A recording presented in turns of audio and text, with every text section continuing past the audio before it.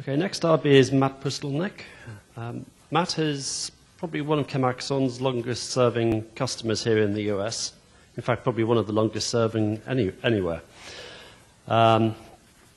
He's a biologist by training, but in recent years has been spending his life in the cheminformatics arena. He's been at Takeda San Diego or in its Cyrix previous incarnation for 10 years or so. Matt's going to talk to us about a reagent logistics system that they're built at Takeda. So I thought I'd add a little humor and some a sense of getting older for everybody. So I wanted to read to you. Each year, Beloit College in Beloit, Wisconsin releases a mindset list giving a snapshot of the worldview of the incoming freshman class. So this is for the incoming freshman class of 2015. PC has come to mean personal computer, not political correctness. They've always wanted to be like Shaq or Kobe. Michael who? Public schools have always made special availability for advertising. No state has ever failed to observe Martin Luther King Day. Electric cars have always been humming in relative silence on the road. Sears has never sold anything out of a big book. Grown-ups have always been arguing about healthcare policy. Music has always been available via free downloads. Dial-up is so last century. There has never been an official communist party in Russia. They've always gone to school with Muhammad and Jesus, or Jesus. Japan has always been importing rice. Women have never been too old to have children. O.J. Simpson has always been looking for the killers of Nicole Simpson and Ronald Goldman. Amazon has never just been a river in South America. More Americans have always traveled to Latin America than to Europe. American tax forms have always been available in Spanish. Don't touch that dial. What dial? They swipe cards, not merchandise. There has always been an internet ramp onto the information highway. It's interesting, the mindset, but I'm going to prove that point right here. So I'm going to talk about development and deployment of reagent logistics solution, JChem Base, and Cartridge. But really, what is that? It's really an Amazon of reagents. You know, everybody, once that term hits your mind, you know exactly what that entails. E-commerce, catalog reagents, and procuring those things. So what I'm going to talk about is the business case. What was the rationale? Why did we build it in-house? I'm going to talk about the content, the catalog. We're going to talk about the catalog query tool, shopping cart control, integration into enterprise resource planning systems, then the inventory management of those reagents, and then just miscellaneous odds and ends to cover our bases here.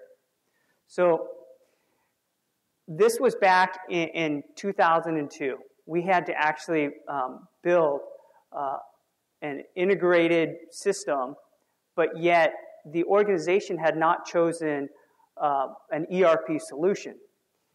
We had looked at some initial solutions out there, but they were all point solutions. There wasn't fully integrated solution available at that time. And we were also constrained by time and financial constraints. And you know, our end users said, we want it yesterday. We need it right now. So what we decided to do is saying, okay, since the business aspect did not have the ERP systems in place, what we thought was, let's build the solution piece by piece. And if there's a solution that's available on the market in the future, then we'll evaluate that. Additionally, that would allow the business aspect to actually get their ERP systems in place, and then we could potentially integrate those. Additionally, at that time, we had a lot of skill and expertise in Daylight and ChemAxon.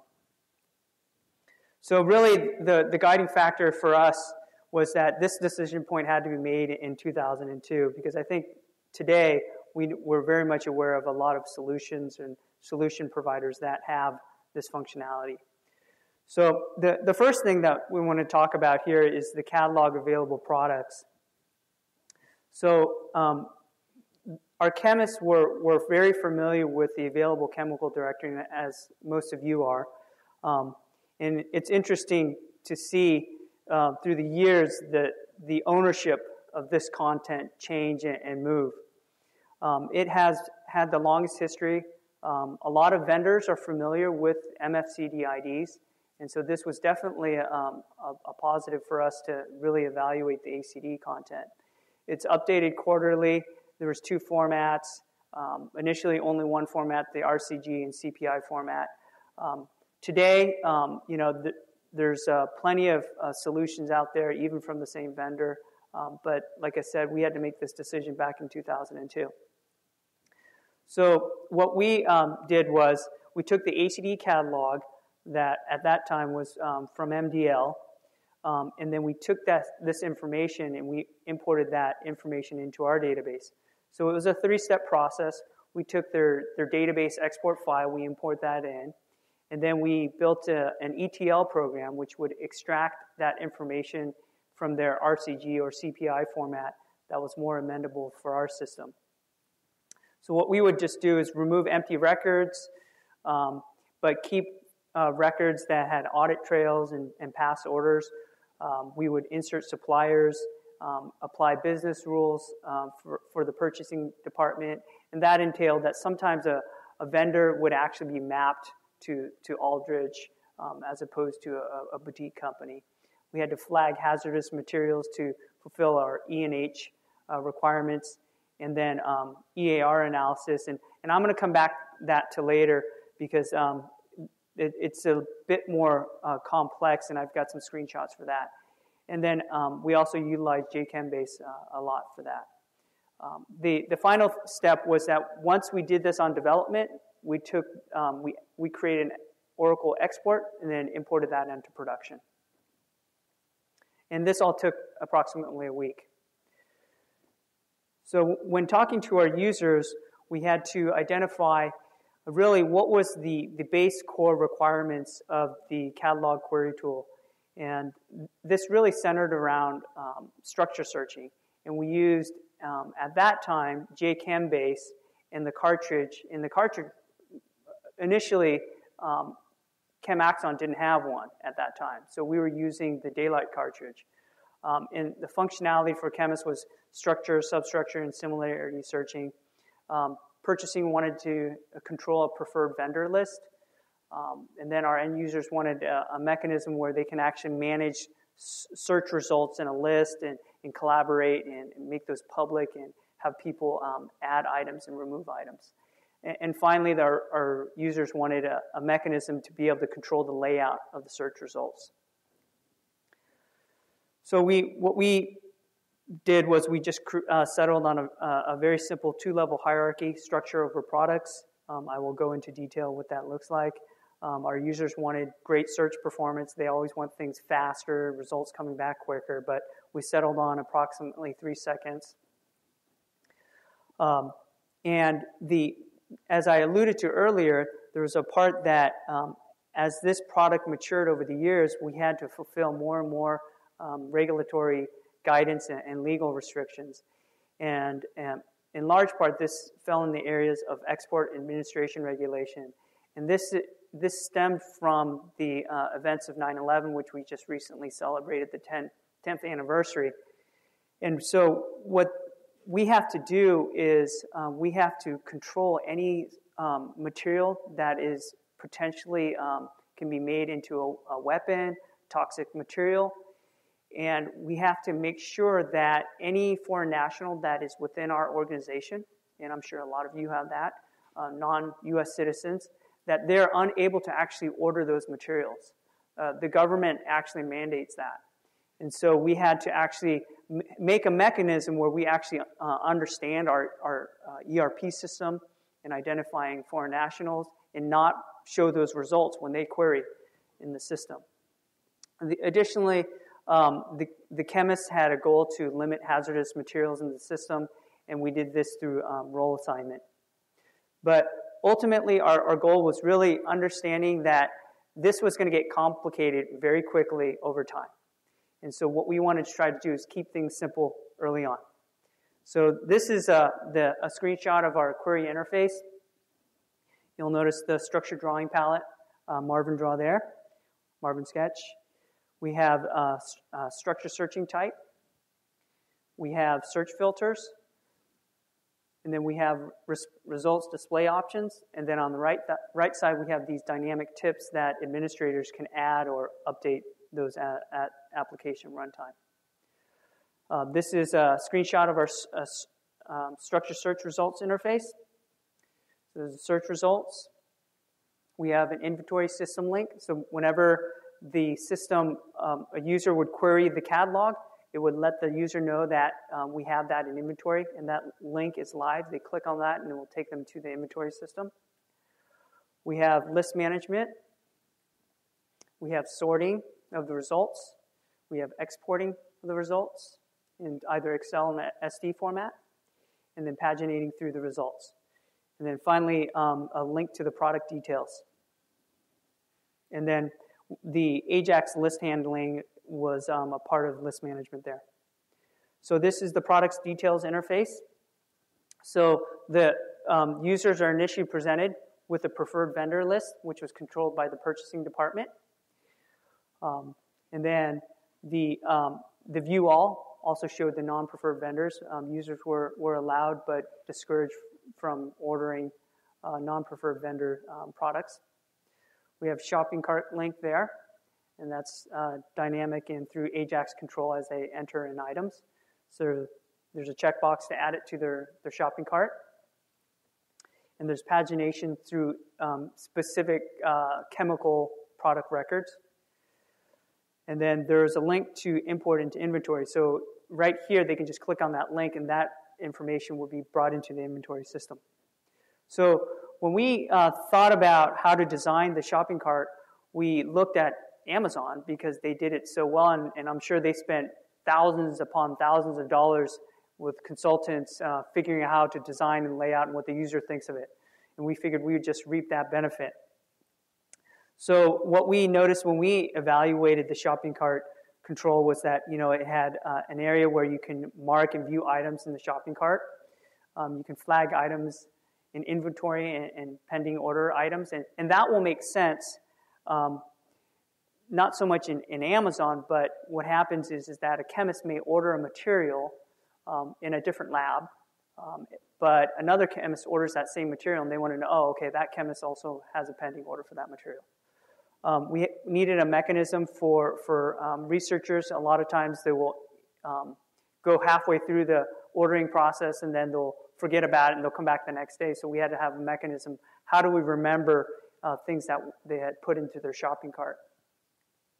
A wish list mechanism in the shopping cart for repeated ordering of high turnover reagents. And let's see. And let's see. I'm going to use my mouse here. And this is not me. I'm not. If you can read that, I'm not a big crochet buck. But obviously my wife had put this in here to order for later. So the other part that we had to consider is that there has to be a mechanism to hand off to ERP systems.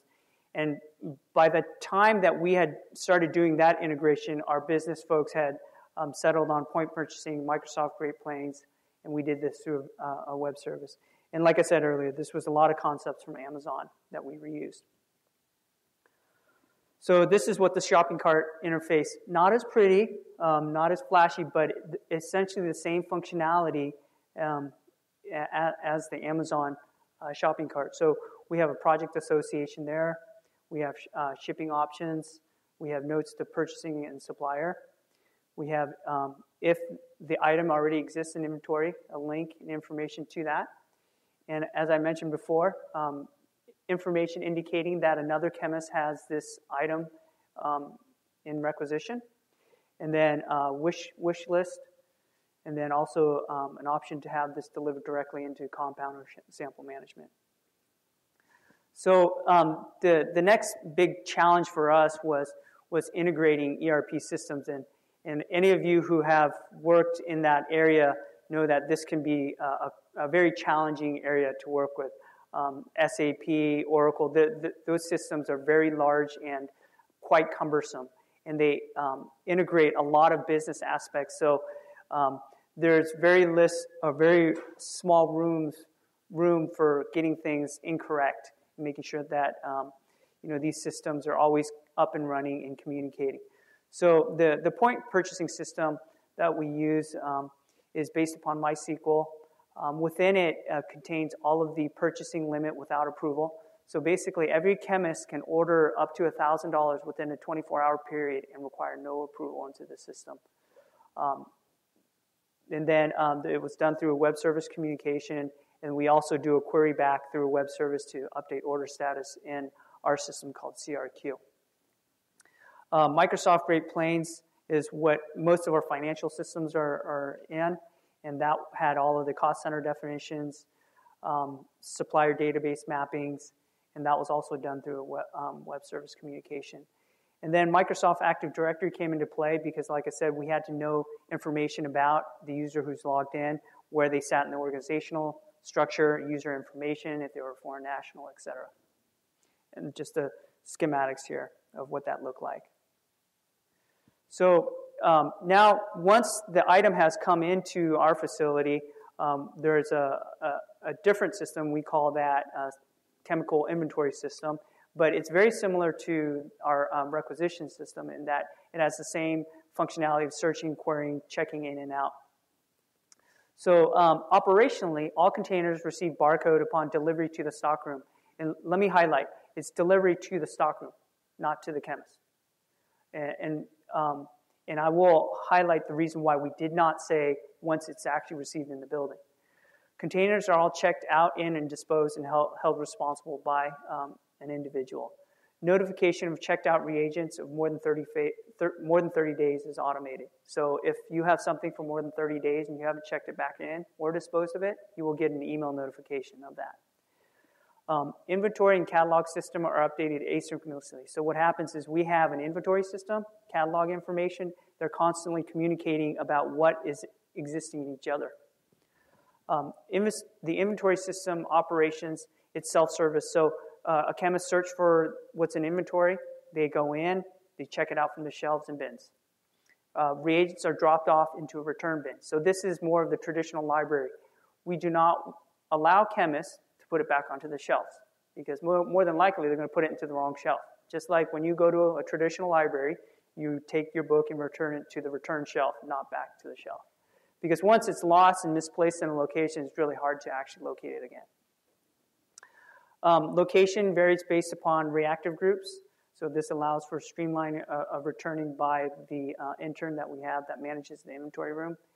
And there's one chemistry intern that manages stockroom. The inventory baseline once a year, and they do all the barcoding and other operations to maintain that stockroom.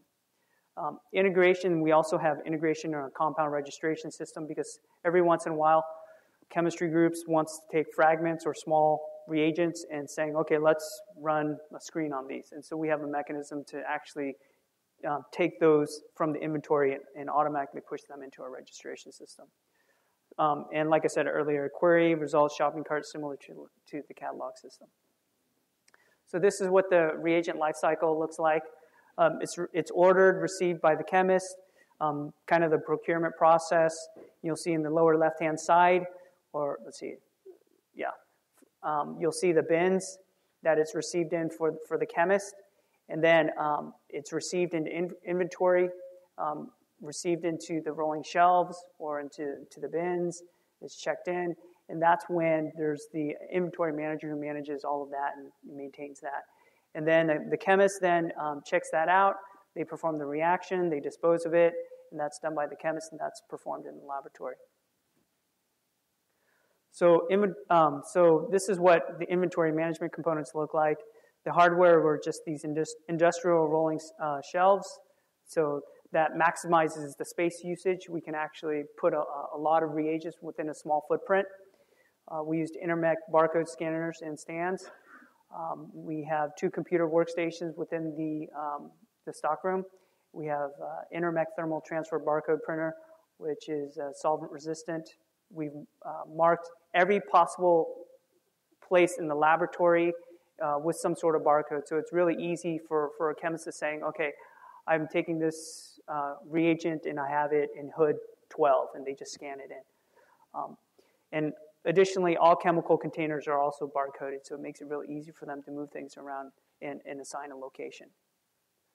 The software was the user interface automatically adjusts to office and lab operations, and what I mean by that is, so if I'm a chemist and I have a container, it's in lab operation mode. So we have marked certain computers that are in the lab, and it presents a different user interface because it's assuming that you're holding the container in hand. But if you're in the office, chemists are not allowed to take containers outside of the lab. It presents a different interface because you're not really handling barcodes. This is a Java web-based application built upon JChem Base and the Cartridge. And here's some kind of the miscellaneous stuff that I had mentioned and talked about. We had to make sure that we discourage chemists from ordering hazardous materials and chemicals. We want to try to limit that in our facility. And so chemists can order them, but they're just given a warning. Are you sure that you want to order this hazardous material? And then also the supervisor gets a notification that a chemist has ordered that. Because if they're continuing repeatedly ordering hazardous materials, there's a discussion to track down why. We used JChem Base Cartridge, Marvin View, and Marvin Sketch to display input and output. We simplified the building of this inventory system, it actually became a simplified chemical registration system. We had a mechanism where we in the informatics group have admin access. We can edit and change information. And then purchasing had a mechanism where, you'll see on the screenshot, they were able to actually go to any of the products and saying, oh, this is discontinued. So they, in real time, can actually communicate back to chemists if they put in order to saying, oh, this is discontinued, and disable that product. And I kind of mentioned the EAR regulation, all chemical analyzed and flagged for EAR warnings, and then ER flag reagents do not show up for foreign nationals. And so this is kind of a screenshot of what how we configure that. So we enter in EAR reagents, and some of them are actually complex structure searching, R group searching mechanisms. So it's not just, do an exact search. If you find this, flag it. It's actually much more complicated than that. We have categorized them either falling under weapons of mass destruction or toxic reagent, or et cetera. And this is how we manage it. This is through only available through informatics administrators. And so there's complex searching. And so this is kind of a history of how this product came into existence.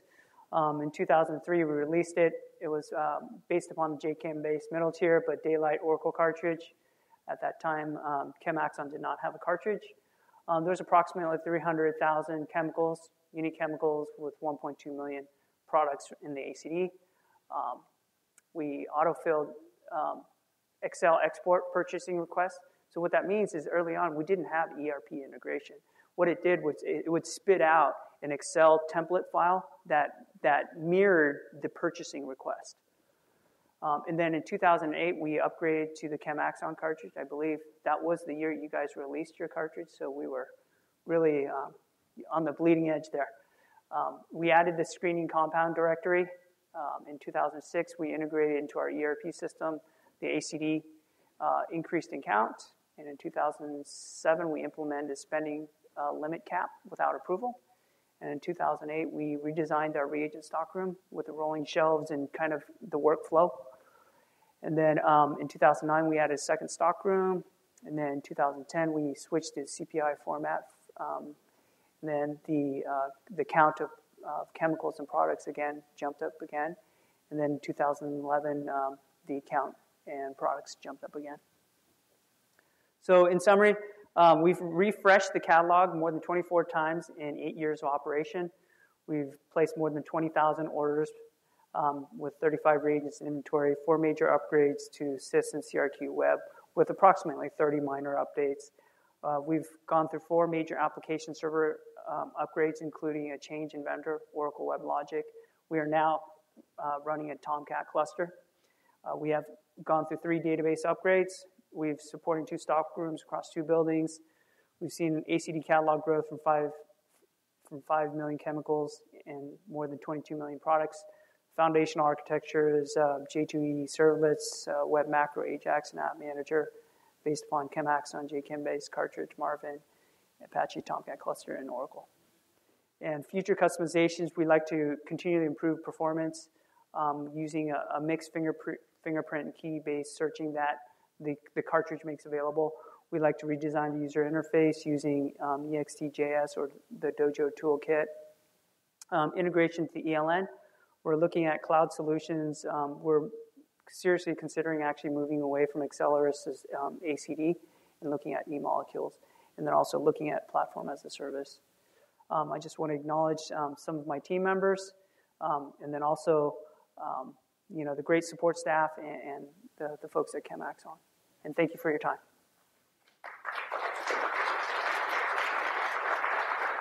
I was going to ask whether you found ACD on its own sufficient or whether you were supplementing it by other sources, but you sort of hinted at changes there right at the end. So we are now in a project to switch over to e-molecules as opposed to using the ACD from Accelerus as a cost-saving measure.